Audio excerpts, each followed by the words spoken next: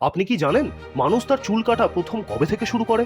আমরা রোজকার জীবনে আমাদের চুল নিয়ে অত্যন্ত ব্যতিব্যস্ত। চুলের ছাঁট ঠিক না হলে সেটা আমাদের আত্মবিশ্বাসেও আঘাত হানে। প্রতি 1-2 মাসে চুল কাটা প্রায় বাধ্যতামূলক। জানা যায় মানুষের উৎপত্তির সময় থেকেই সে চুল নিয়ে খুঁতখুঁতে, তবে অবশ্যই সেটা আজকের মতো এতটা না। এটা বলা প্রায় অসম্ভব যে ঠিক কবে থেকে মানুষ চুল নিয়ে নানান ধরনের স্টাইল করতে শুরু করলো। চিরুনির উৎপত্তি যে হাজার হাজার বছর আগে তার প্রমাণ পাওয়া গিয়েছে, এবং সোজা চুলকে কুঞ্চিত করার চলটা তারও আগে। ছেলেদের ছোট চুল এবং মেয়েদের বড় চুল রাখারই রীতি কিন্তু বেশি পুরনো নয়। মধ্যযুগে ছেলেরা বড় এবং কুঞ্চিত কেশ রক্ষা করত। ইংল্যান্ডের অষ্টম হেনরি ছেলেদের জন্য ছোট চুল রাখার ফতোয়া জারি করেছিলেন। গোঁফ এবং দাড়ি রাখার ক্ষেত্রে অবশ্য সেই বাধ্যবাধকতা ছিল না। তিনি আবার কুঞ্চিত গোঁফের অনুরাগী ছিলেন। প্রথম কিং জেমস এসে আবার এই ফতোয়া তুলে দেন। গোটা সপ্তদশ শতকে বড় এবং ছোট চুল রাখার রীতি নিয়ে বিস্তর পরীক্ষা নিরীক্ষা হয়েছে।